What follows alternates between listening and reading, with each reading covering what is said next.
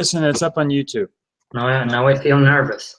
Now you're nervous. Now you got something to be nervous. Okay, Alejandro Hidalgo, welcome to Utah Valley University. Hi guys.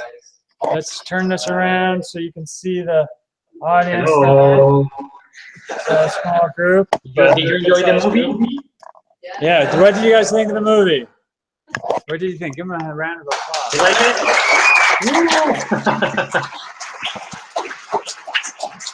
Thank you.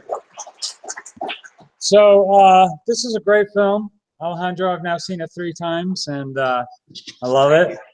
So I'm going to ask you a few questions, and then we'll turn it over to these guys, and they'll just come up and talk to you just like this. Sure. And you guys be thinking about what you want to ask, because there's nothing worse than saying, okay, now we turn it over to you guys, and you all just sit there. Okay? Always happens. Always happens. All right. So Alejandro, first tell me where this is your first film, right? Yeah. And so your first feature. Tell me what your experience was. Obviously, you're a very skilled director and writer. So tell me what your film experience was before this and how you came to this point. A little backstory. You mean my experience before this movie? Yeah. I'm looking for your life story, I guess. Okay. Well, I basically in my country, Venezuela, for the moment when I decided to be a filmmaker, there was no film school. So I am like a self-made filmmaker. I start just looking for helps, looking for people who work on the industry in Venezuela, for a photographer and another people on the crew, production designers, and I made little crews. I look for some money and I made my own independent short films. Mm-hmm. They are like in a student short films. Amateur is not something big. And after that, I started to work on several TV spot commercials, and I received a degree as a mass communicator. It's like a career in Venezuela for journalism, for production for TV, but it's not really a filmmaking career, you know. So basically, I started to make my own independent short films, and after that, I started to work on other productions. I had the opportunity to work on commercials and some movies first as a production assistant. After that, I achieved to be a director assistant. And even when I was working on other productions, my mind always was with this movie, because I really felt obsessed and passionate about the story and the twist. The twist was like the first idea that came to my mind. And I started to work on the screenplay and request the funds from the CENAC. CENAC is the institution in Venezuela who supports and finance the independent filmmaking projects. And after the first time I tried, my project was not accepted. I figured out I had a good idea in my mind, but my screenplay was not well developed for that moment. So I worked really hard. I researched a lot, and I received some help from script doctors. And at the end, I wrote like 15 versions of this screenplay, and I participated again to receive the support, because this institution received, I don't know, like 30 screenplays, and they support the best 3 options. So I worked so hard because I was competing with filmmakers with more experience than me. I was 26 years old when I submit this project, and well, everything happens. The project was accepted, and I working on that. And after that, the movie was a great success in my country. Right now is the highest grossing horror film ever released in Venezuela. Even is the most grossing horror film against, I don't know, Hollywood movies like The Conjuring or The Sixth Sense, and well, a lot of good things has happened after we released the movie in Venezuela. So that's great. So tell me about the idea. You said that the twist was the first thing that you came up with. Can you kind of walk us through that and say, so the Yeah, twist meaning the relationship with the boys, or just the concept of the traveling through time, or just the concept. The first that came to my mind was the concept of the twist. Okay, I remember when I went to the theater and I watched The Others. I had the opportunity to watch The Others before The Sixth Sense, and I was really shocked about that twist when I figured out everybody was dead and the ghosts were the living people. So I got upset about the genre and about this kind of twist, and I always dreamed with making a film like this. So I have been a horror fan since I was like 10 years old kid. When I saw for first time The Exorcist, I was alone at home, and I was 10 years old. So I don't know. I enjoy watching horror movies. It's terrifying, but you are watching it and you cannot leave the screen. So yeah, I just wanted to make a movie with a twist like this, but incorporating a human story. So the first idea that came to my mind was the twist, but the most difficult part and the challenge was to bring this family story and adapt it for the genre, and to feel, okay, I am watching a horror movie, but at the same time, I am watching human characters. And because, yeah, I am a fan of horror movies, but the most of the horror movies that I see, I don't like it, because the most of the Hollywood horror movies we can see now, they are just trying to scare people, but not to connect with human stories and to touch the audience, you know. So I tried to make this, and I really feel happy with the results. It was a really hard movie to make, because it was a low budget film. We made it with $300,000. And even though I think the results were great, I had the opportunity to see the reactions of the audience in different parts of the world, in several film festivals. And I don't know, this movie is like a dream come true.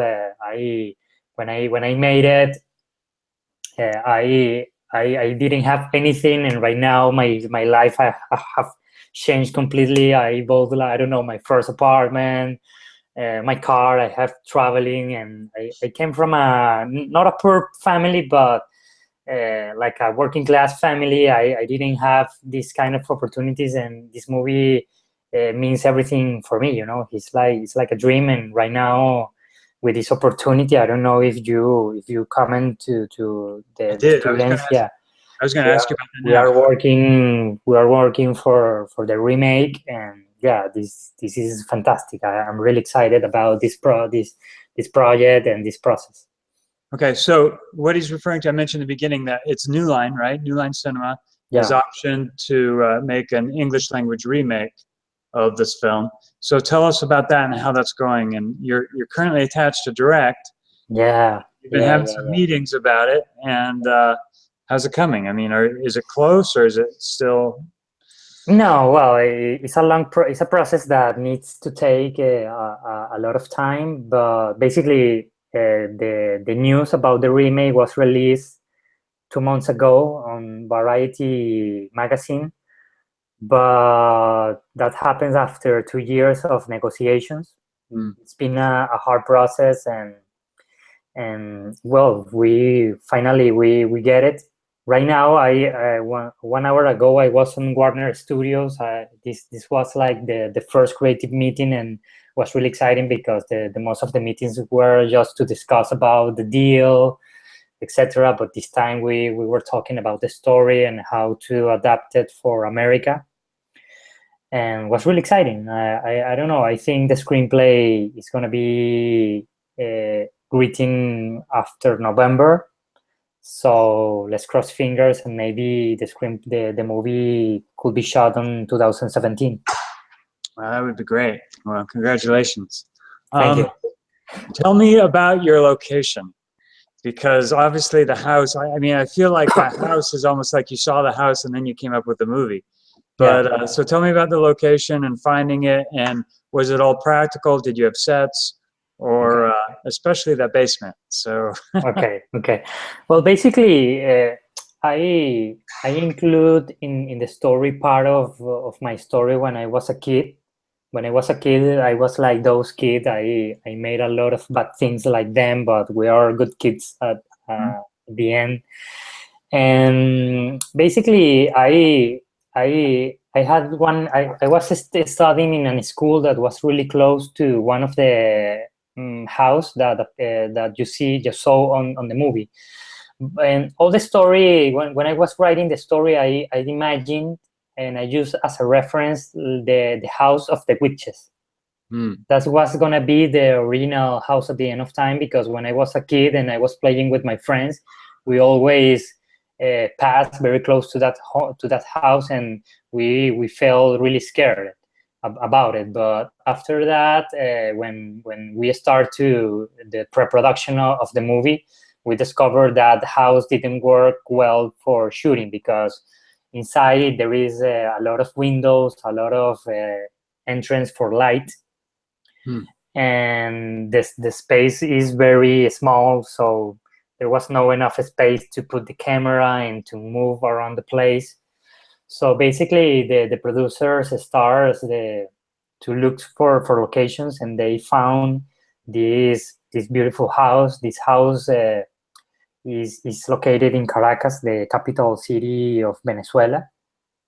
And this house is really terrifying because in this place, during the 60s, there was a dictatorship government in Venezuela that was really cruel with people against the government. So there was like a general from the army called Pedro Estrada, and he's really know about all the tortures that he made to people, and that was his house.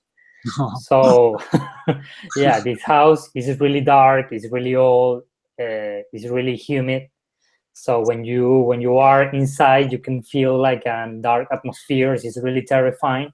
Right now, this house, there is nobody living over there. Just people from like a political groups of people of the government in Venezuela. Right now, Venezuela again is in the middle of a dictatorship government. They are really cruel, criminal people. So I don't know. The house is really terrifying, and I think these atmospheres really help to create. I don't know, this story. You know, I don't know, this horror. Now is on the screen. Right. It really feels it. Yeah, that's great. Okay, the last question I want to. Oh well, I got a couple questions before I turn it over to these guys. Sure. So first, I happen to know that Rudy Rodriguez is one of the most beautiful women in the world. Yet she is playing a very, very unglamorous role here. Can you tell me a little bit about casting her and finding her? Because she does great. Yeah. Well, Rudy Rodriguez was like a Miss Venezuela, and she was like not the Miss Universe, but the second one. Right, whatever so, that is. So basically, she's like a star in my country because she has been the main character for several soap operas, and she has participated in several theater plays. So in Venezuela, our film industry is really small, and I try to look for a woman who with the how can I say? Sometimes my English is not the best, but I just try to find the perfect woman physically for the character, and it was her because she is a woman with a strong eyes and with a strong character. And I knew from the beginning she was a good actress. She has a great talent. Some people, some producers of my country didn't trust her because the most of the projects that she has participated was just soap operas. But I trust her, and at the same time, thinking as producer, I try to attach to the project one important actress to the project, because my idea was to make a successful box office film in my country. And I think that helped because I think she made a good job. I really feel happy about her performance in the movie. At the same time, she's really loved for all the Venezuelan people. So yeah, I think all these elements help and support to make this final film we made. Excellent. Okay, so what about you? You're working on the remake. Are you working on other things? Are you writing? What, I mean, you're in LA now. Yeah. Are you trying to get other projects and stuff? Can you tell us a little bit about what you're doing now with your career? Well, I am right now. I found to be represented by a couple of important agents here in LA, and I am receiving several screenplays. I am reading it and looking for projects. I have participated for some projects, but the competition is really hard. I found one good script. It's called Meltdown, and it's a detective thriller because my idea is not to be married with just horror movies. I just want to make good stories, that story that I can feel passion for that. So I'm attached to direct that project, and at the same time, I'm working on my own screenplays. I am writing an action science fiction movie and another horror script. I have like 4 projects, but I have been working for 3 years after I release House, and I don't find the moment this project starts to be made, you know. And I think that is the career of filmmakers, just to being developed and to be in the development of projects. Yeah. And when you are working and you have at the end of the day your script and you look for producers, I think there is a moment when, okay, we are now working on this project, and I am waiting for that moment comes because I am like desperate. It comes. Yeah. It takes a while. Yeah. All right. So anyone who wants to come up, come on up right here. And if you want to come up and form a line, Come on, guys. Let's not be shy. He's just sitting here. I'm going to select who is going to. Yeah, or we'll have to turn around and make a call on you. What do you want to know? Be sure to tell him your name. All right. So I get closer here. Hello. My name is Bryce Allred. I'm a first-year film student here at UVU. Yeah. Now, you mentioned earlier when asking about the inspiration for this film that most of the horror movies in Hollywood today only serve the purpose of trying to scare their audience. Yeah. And then you mentioned that they don't really try to relate it to human stories. Yeah. Would you care to expound upon that? What exactly is a human story? Well, basically, I think a human story is that when you can find characters with dilemmas, you know, internal conflicts, when they feel a lot of pressures, and at the point of crisis, just before the climax of the screenplay, they need to make important decisions, and these decisions will reveal the true human nature of the character, you know. So I think the most of the horror movies doesn't work with that, because the horror movies works with an element that is really simple. They work with survival stories, you know. And when you work with survival stories, you are not going inside the characters. You are just watching people who is trying to survive. But I think we can achieve both. I think there is great horror stories. Not all Hollywood movies are like that, but when you see the others, and you see The Sixth Sense, or when you go to the past, and I don't know if you see The Innocents, or you see Kubrick, The Shining, you can see how the characters are in a process of evolution. They feel something. And everything you are watching in the movie creates an empathy between the audience and the characters. Because when the most of the time when I see horror movies and the characters doesn't, the screenwriter don't achieve I connect with the characters because he just wants to scare people. I don't feel empathy. If a demon or ghost kill the character, I don't feel anything, you know. Yeah. I just want to feel the basic emotion of the character in this movie. The basic emotions that move all the story is the mother's love. When you see this mother and she really loves her sons, and she is fighting against her worst fears just to protect and save her children, you feel empathy for the character, and you will support her to defeat the conflict, to resolve the conflict, you know. Yeah. When you just see a movie where there is a group of teenagers and they go to a house and there is a killer who starts to kill them, everybody, you don't feel anything. You don't really love the characters, and at the end of the day, it's not a human story, if you can call it like that, you know. Yeah, it's harder to relate to targets than it is to actual human beings. Yeah. All right. And my question? How I loved it. It was fantastic. Thank you. Thank you. Thank I really you. appreciate it. All Thank right. you. Thank you very much. Thank you. Oh, hey. Hello. So my name's Ammon Vaser, and I'm also a cinema student here. So I just had a question because you said that this film was going to be adapted into an American version, Yeah. and I mean this has happened in the past with I think it's the 81 and it's a 2011. Japanese film. It's a Japanese film, The Grudge.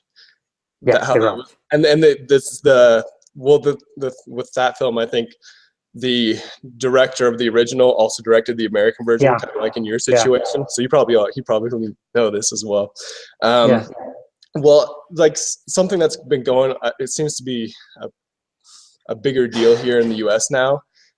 This kind of like whitewashing of films, and they're trying to bring more diversity. Because Yeah.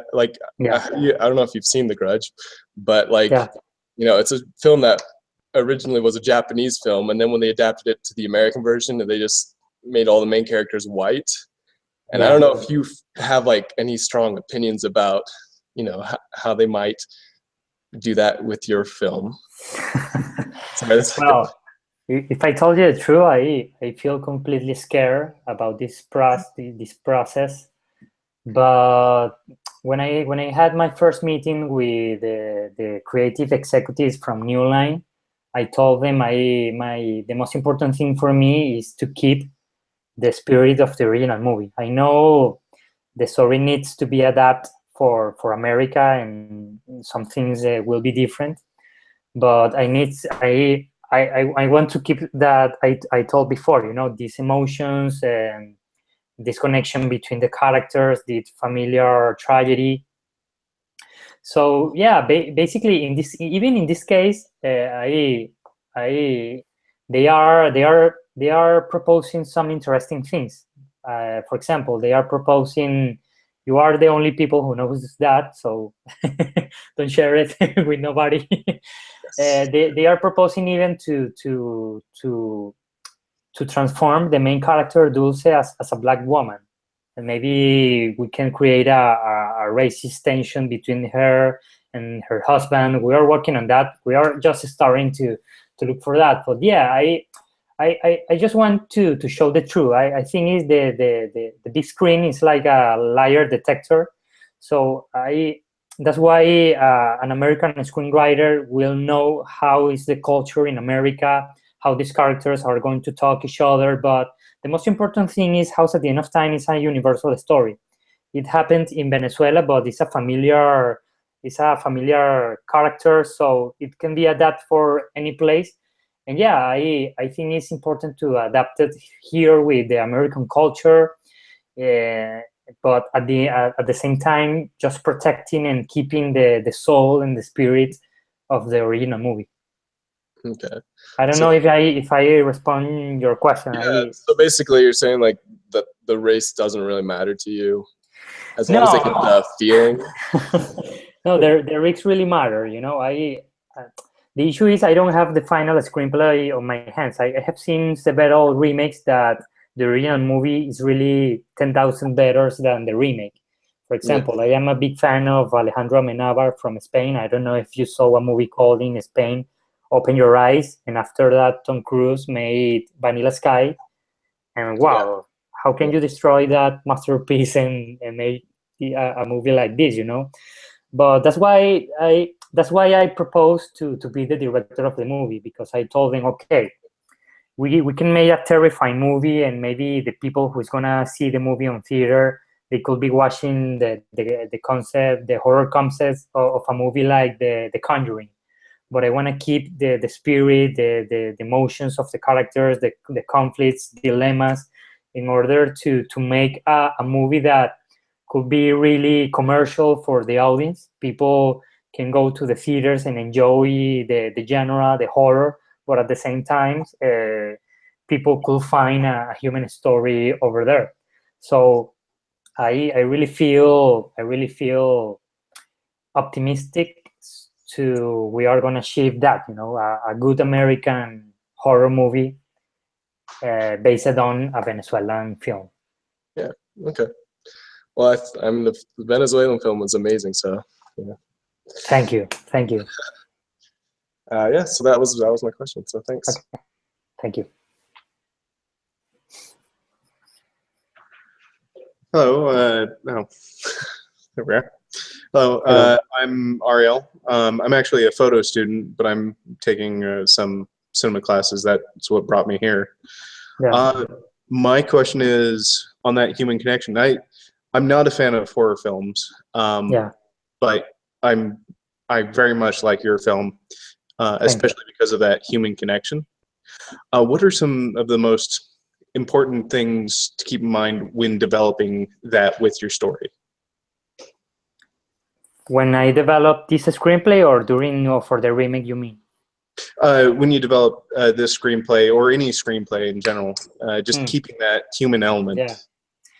Well, writing and I think the most important thing for the movies are the stories, you know, because we can create a wonderful photography, actors can be good, but if you don't have a good script, the most of the time people won't connect with the story. So this process to write House at the End of Time was like a school for me. I didn't receive like screenplay classes, but I researched a lot. I read from screenplays masters like Sid Field or Robert McKee. I think it's really important to know the principles of the dramatic structure, you know, to know the difference between the acts, to understand in my case, define the 5 points, the dramatic points, the inciting incident that is, I don't know, is the event that changed everything on the life of the character, and it's like the detonant that will define the purpose and the conflict of the story. So basically, I think it's really important to understand all the main elements of the movie. My main character, what is the antagonist force, what is the main conflicts, and at the end of the day, what I want to tell to the people, because at the end of the day, all the stories can be reduced to just one line, and this story can be reduced just to the love can transcend time and space, you know? And yeah, when you have all these elements clear in your mind, and you see and you know when is the point of climax. This point of climax is when the final battle between the main character and the antagonist, the point of crisis, and everything is like a mathematics, like an equation. And when it's really easy. I don't know here in America, but in my country, the most of film students, they prefer to watch artistic movies from Europe than watch Hollywood movies. So they think, no, I want to be creative and I want to write the story as I want. And that's okay. Maybe if that's the kind of movies you want to tell, that's okay. But I think it's really important to do that just after you have knowledge about the principles of the dramatic structures. And because the dramatic structures is not from Hollywood, it's from Greece, it's from Aristoteles. I don't know if I say the name in English. And when you know that, you know the main principles to tell the stories. You will understand the main character, the conflicts, the dilemmas, the climax, and at the end of the day, what is the premise of the controlling idea of my story? What I want to tell to the audience in just one line. So I think it's really important to define that in order to create any story. All right, awesome. Thank you very much. Thank you.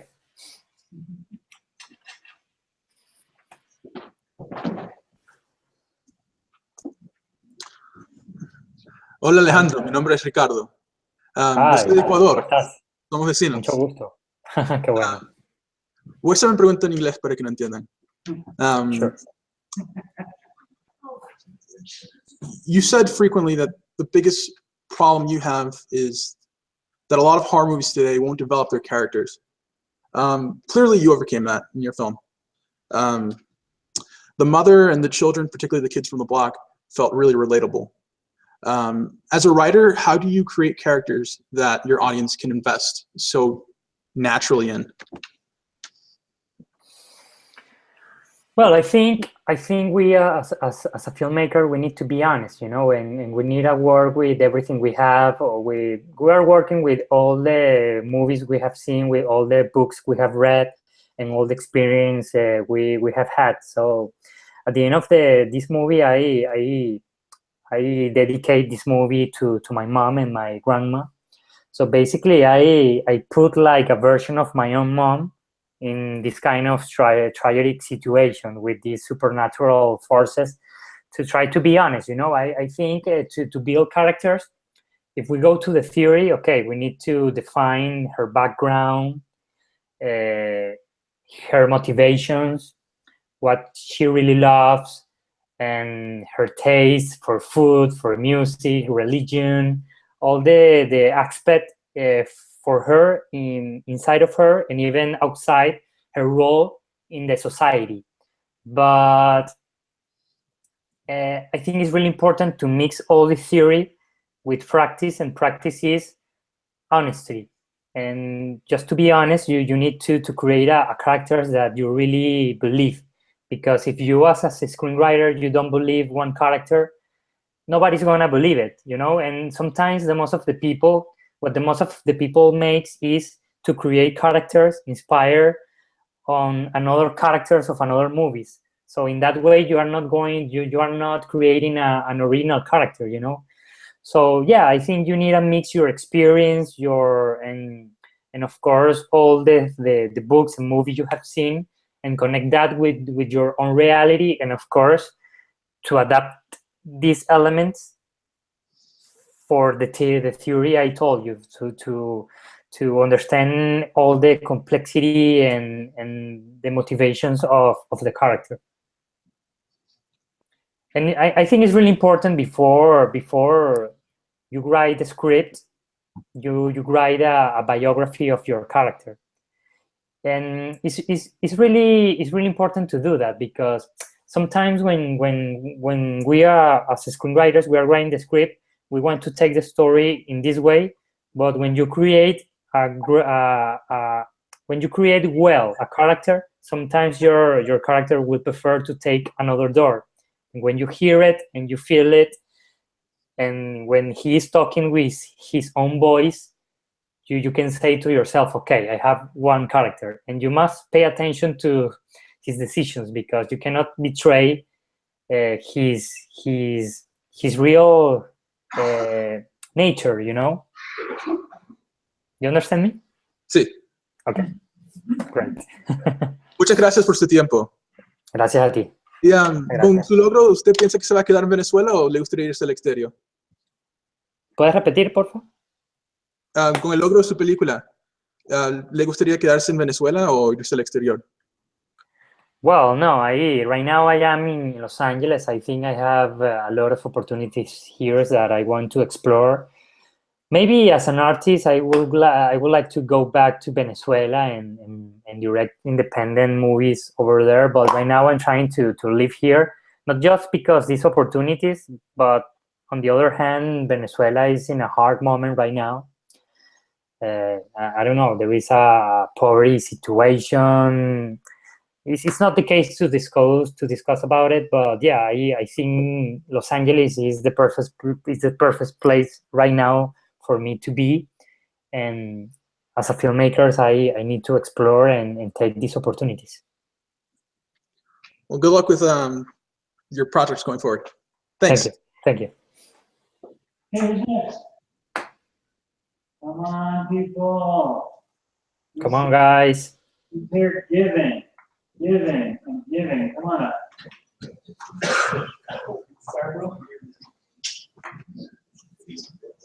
How are you doing? You're doing okay, Alejandro?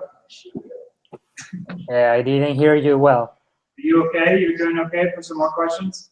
I am okay. I can answer all the questions you want. It's kind of weird looking at you. Hey, I'm John. Hi, John. I guess one question I had is like, was there like a huge culture shock for you going from the Venezuelan like film scene to Los Angeles? Like, what was the biggest culture shock for that? Like, how did you adapt? It's really hard. It's really hard because in Venezuela, well, I have like 6 months living in LA. The first time I came here was on last year, and I was with my ex-girlfriend, and the experience is completely different. But I don't know. It's different. It's different cultures. I think in Venezuela, the people is more like romantic. People is really likes to be very close. I'm really close to my friends. I can go to their homes whenever I want. Families are like more. They are more together, you know. And here, I think people. It's really nice, and it's another way to see life. But people is like. Prefers to have more distance, and I think that shocks me because I think it's really normal to live alone, but this is my first time living alone, and I am like, wow, what is this? But yeah, I think this is way this is happening to me because as I told you before, the most important thing for our filmmakers is having different kind of experience and sharing with different kind of peoples and culture, because this is going to help us to develop the stories, you know. And I am in the process learning about the industry, making House at the End of Time as a remake with a major Hollywood studio is completely different than making it as an independent film. As an independent film, I was the owner of the movie, so I was able to make all the decisions I want. This time, the studio, of course, consider all my thoughts and visions as director for the project, but they have an agenda too. They want to make money with the movie. So basically, what I really have learned during all this time is to negotiate, being diplomatic, and just to accept sometimes things that you don't like and look for a way to adapt things that you don't like, and learn how can you feel and you can like these ideas, you know, and work together as a team. I just feel this experience right now when we were talking with the producers and the new screenwriter. So yeah, it's a work on as a team. And yeah, this has been like the most difficult part as a filmmaker, because as a filmmaker, I had complete control of my movie. This time I don't have 100% of control. Even I am selling the remake rights of my movie, and I am singing a director's agreement. But even I don't have 100% of guarantees to direct the movie. For all the first-time directors, even for experienced directors, when you sign a deal with that studio, maybe the studio can change of mind. Maybe, I don't know, if Angelina Jolie wants to make the project, but she wants to involve another director, the studio will need to define, okay, we are gonna, what do we want? We want to make the movie with Angelina Jolie, who is gonna bring, I don't know, millions of people to see the movie on theaters, or we want Alejandro Hidalgo. So it's really hard. It's really hard, and that is the most difficult part that I had to handle. You know, to quit to that. But I think it's okay, and I think the process is going well. These people is giving me this great opportunity they really appreciate and love my movie. So I think everything is going well, and let's cross fingers that we can achieve and we can make a wonderful movie again. What I really want is to keep the spirit of this movie, but making it with a better budget and with more resources to create the movie as I really want. Because when I made it in Venezuela, I didn't have enough money, so all the time I had the producer, okay, we cannot make more shots, and I was like deleting all my storyboards shots and looking for a way to resolve and improvise. I hate to improvise, but sometimes we need to do it. And yeah, I want to have the same movie, but with a with a better photography, better production design. And yeah, I think we're going to achieve it. Awesome. Thank you. Thank you. Okay, maybe we'll do one more. Sorry. Hey, how's it going, Alejandro? Hello.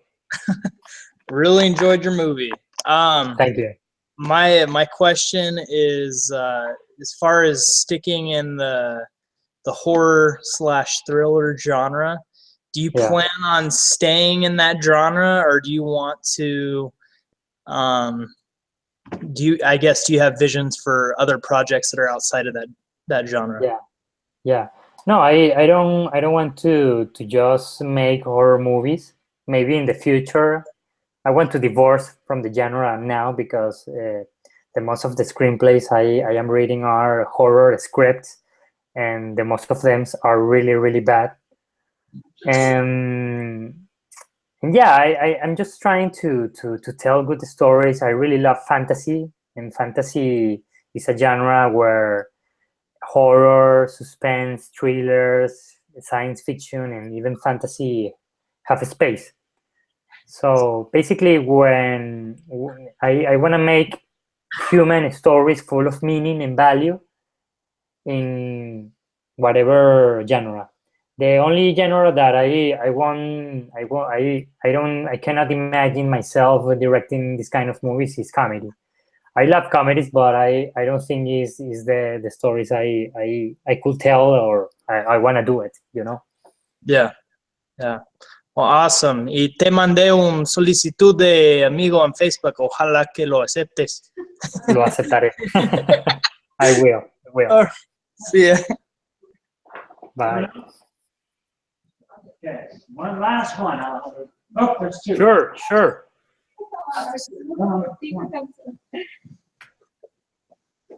You're probably gonna have to bring this. No, we're gonna adjust this one. Hi, I'm Ruby. How are you? I'm good. How are you? So, I could tell that you were really motivated to do this movie, but I'm pretty sure that a lot of us, like students, we either get hesitant or, just kind of start questioning if we really want to go into this because of all the difficulties it comes with, like money and just if we could create a good story.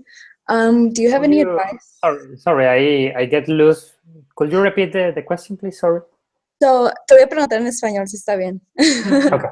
Okay, so, like, te digo que noté que tuviste mucha motivación haciendo esta película, pero siendo estudiante siento que muchos de nosotros empezamos a dudar si es algo que queremos hacer y poner todo nuestro tiempo en. Como viene con muchas, ¿cómo se dice? Dificultades. Yeah, but Spanish class. No, but yeah, so quería saber si tienes algo que, like, tu advice de... Yeah. Well, basically, I think the filmmaking career is a hard career. It's really, really, really hard. I feel fortunate because I am a 31 years old guy, and I made this movie, and this movie was successful in my country, and now I'm getting these opportunities. But it's not easy. It's not easy. When I decided to be a filmmaker, I was working on a publicity company, I was receiving like my fee, my salary, and I decided to quit. And when I did it, I was 24 years old, and my parents were really angry with me. Okay, what are you gonna do? Are you gonna make movies? Yeah, I wanna make movies. And right now they feel really proud. Oh, okay, you made a movie, wow! But it's really hard, you know. And I think if you love this career, you need to love the career with all the cruelty. Mm-hmm. You need to love this torture, because sometimes it's torture, you know. You are writing a screenplay and you're not completely sure this movie is gonna be made. But if you really love it and your work and you're persistent, I think everything is gonna happen, you know. I think my advice for students, filmmakers, is try to find or to make the best screenplay with a great idea that you can make, you know, because Hollywood is a big industry and there is millions of people here in LA trying to find a project and to be attached to direct projects or produce films. But all the doors are going to be open when you have a good screenplay in your hands. Okay. Or if you are a DP, if you need to, everybody in this career needs to be their own producers. When I was when I decided to be a filmmaker, I decided to make my own independent short films, and when I did it, I show my short films to producers. So here is the short film I made. You know, if you want to be an actor and you don't have opportunities to enter inside the industry, maybe you need to produce your own short films and show the people you have the talent to do it. Or even for a photographer, to make a wonderful short film with a great photography, and people can see your talent, you know. And you need to accept this career is not about the results, it's about the process. Okay. And the process is really hard, but when you enjoy the process and you are like what is the word when you enjoy suffering, like no sé cómo decirlo en inglés, but I know what you mean though. let me remind me. Masochist. Yeah, this is a masochist career.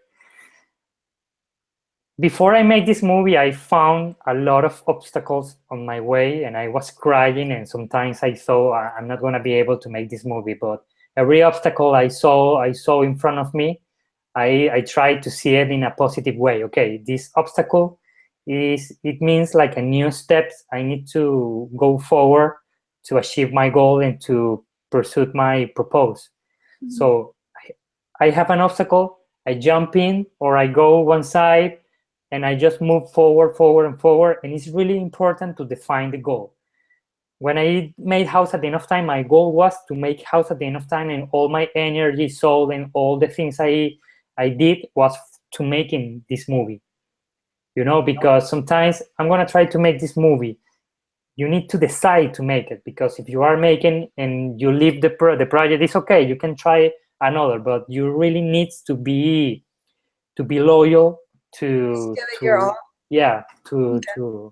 your project, you know. Mm-hmm. And everything is gonna happen. I can give you guarantees of that. Okay, sounds great. Thank you so much for your time. Un abrazo. Ciao.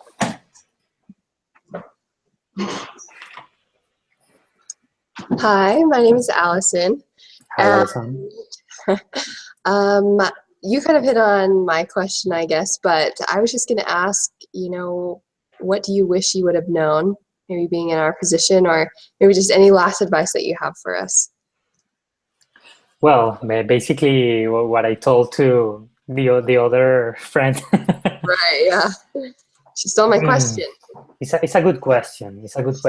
I always remind when I was a student studying my mass communication career, I received one guy who is the president of an important news channel, and he told us the story. And the most important thing that I learned from him is to believe. When you believe in yourself, you when you believe in yourself, you can make your dreams come true, you know.